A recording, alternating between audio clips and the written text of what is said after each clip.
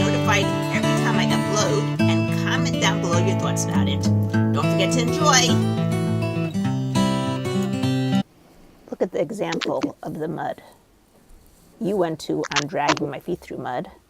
When you mentioned mud, I automatically went to the mud pies I made as a kid. I used to love playing in the mud. One of the funnest things I did.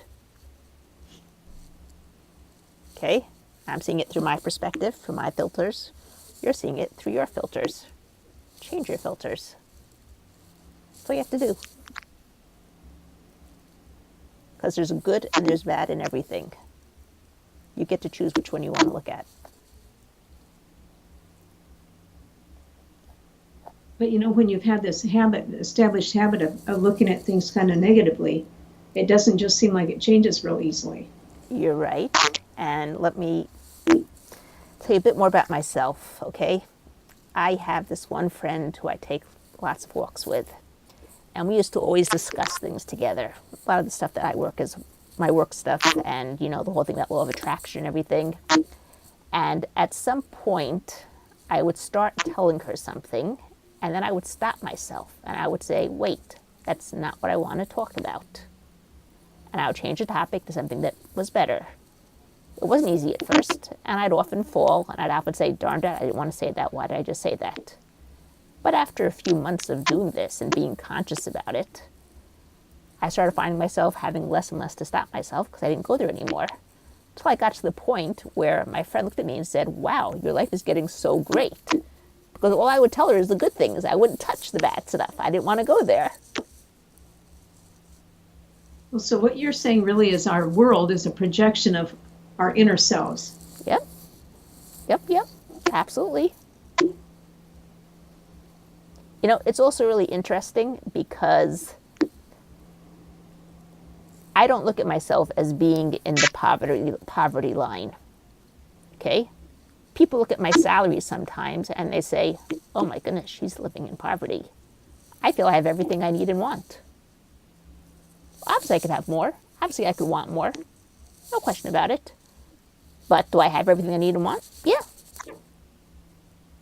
I don't deny myself anything. If I really want it, I get it. Despite the fact that people say, oh, you're not earning very much. Would it be nice to earn more? Yeah. I wouldn't have to juggle. I wouldn't have to think of myself each time before I buy something 5 times. Should I buy it? Should I not buy it? But that doesn't stop me from feeling that I can get whatever I want. So it all depends on how you look at it. I've told the story before. I don't know if you heard it, about my yogurt caps. When I first got divorced, I was poor. I was really poor. I was under the poverty line, without a doubt. Right? Now, there was this special sale on yogurts that if you collected 8 yogurt caps and you brought to a specific cafe here in Israel, you could get a free coffee and cake. Now, during my divorce process, I had around 5 friends who took me out to make me feel better. And I felt really bad because I couldn't give them back anything. But my son really loved these yogurts. So I said, all right, I'm going to splurge. I'm going to buy these yogurts. I'm going to collect the caps. And then I'm going to take each one of those friends out for coffee and cake. And I did that. The people over there knew me already. I would put the caps on the table. They wouldn't even count it. They would just take it and say, what coffee or what cake do you want? I felt like the richest person in the world that I could take them out. Was I rich? No. Did I feel rich? Yeah. Which was an important part. So how much work has it taken you to get to that point, to be able to do that, have that perspective? At that point, that was even before I had, before I did any work, period. That was before I did any of the work. But I got there. Now, after around, 4 years is when I started doing all this work. And since then, it's just been getting better and better and better. I'm 7 years in now, and I'm earning more money than I've ever earned before. And I'm happy where I am. Do I have more to go for? Of course I do. I told you, it's my journey. I'm never going to end. So you've been doing the faster EFT for 7 years? Yeah. But I already started seeing results much earlier on. Maybe not the same results I'm seeing now. But I did start seeing it then too. It's all if you look for it. That's all. You have to look for it.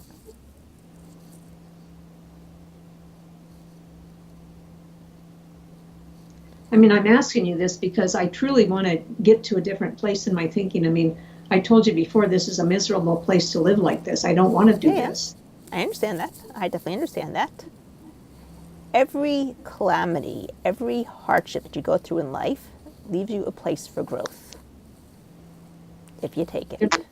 I pray that this situation I'm going through isn't in vain, that something good will come out of it, because, I mean, it's pretty horrendous to go through this emotionally, physically, and mentally. All right, when we're doing this work, you feel the shifts inside your body, don't you? Yes. Okay, that in and of itself is an amazing thing. Okay, if I'm leaving you, my point, I've told you this before, my point is to leave you in a better place than you came in. My point is to leave you with that smile on your face, where you feel hopeful. What happens next? I'm not going to stand in the way, because sometimes if I put myself there and have expectations that I have to heal you, that I have to get you all better, then I'm just going to, stop my, how do you say it, what's the word I'm looking for? Oh, man. Standing in my own way, sort of. Okay? My only intention is to leave you in a better place than you were before each session. Emotionally. Yes, but with the emotions comes everything else in my world according to Ilana. Okay? And I've seen it on myself. I've seen it on my clients. I heal one thing, something else heals on itself without me even touching it. Okay, so it kind of takes on a life of its own in a way. Yeah, yeah, yeah. And I mean, it's interesting. I have one client now who I've been working with her, I guess, for 4 years, on and off, and become good friends also. We talk all the time on the phone and everything now. And she herself says it's very interesting, because when she first started working, she was in such a bad place, she couldn't see the light. Now, 4 years later, she's talking about totally different things. She's like now talking about, where's the next step for her to get more money? Where's the next step for her in her business? Where's the next step for her in her career? Where's the next step? Totally different place from where she was 4 years ago. But it was a process. You just have to keep doing the work. Whether you do it on your own, whether you do it with somebody else, you just have to keep doing the work. So you're saying then the physical healing comes as a result of cleaning up all this emotional garbage. Yeah. Yeah. Is that what Robert Smith means when he says, you can heal yourself by doing this? Yeah. Yeah, yeah. Because in one of his videos, he said, as you go through the day, anytime you have any kind of sensation or feeling come up, just tap it out. Just tap it. Yep. And just keep going on and on and on until, you clean it up. Okay, so when he says that, my explanation of that, or the way that I look at it, is when you feel anything during the day, don't let it get bigger than a 2. If it gets to a 10, you're going to drown in it. You're going to have to go to a practitioner. Don't let it get bigger than a 2. Right when it's at the 1 or 2, tap it out. You're not going to, if this is the tree, okay, when I do the work with you, right, and I don't even know what you're working on, you don't necessarily know what you're working on, we go straight for the roots. Okay, your body gives you the clues. Where do you feel it? Gets rid of it. Okay, when you feel that feeling, that emotion, whatever it is, what you're doing is the first time you're cutting it down to here. Second time you're cutting it down to here. Third time you're cutting it down to here. Fourth time you're cutting it down to here. Fifth time you're cutting it down to here. Sixth time you're cutting it down to here. You get lower and lower and lower until you get to the root. That's why I said that when I was dealing with my money issues and I didn't have a practitioner at the time, I mean, I had it offhandedly once or twice, but not, on a regular basis. At the beginning, it was 15 times a day that I'd feel it. Then it would go down to 10 times a day. Then it would go down to 5 times a day.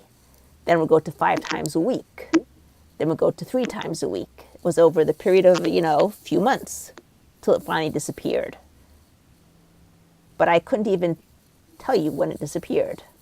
It's like suddenly I said, oh, I don't feel that anymore. Okay, that's helpful. Now, when you get to that root, is that when everything else just collapses? Very often everything else just collapses, although sometimes you have this is attached over here and this is attached over here. So you're going to get down to this root. You might still have to work on these afterwards. But you will already see improvement. Now, sometimes people say, when am I going to finish this work? And my response is, when you die. Till the day that you die, you're going to still have work to do. You're a person, you're going to be triggered. You have emotions, you have feelings. But it's okay.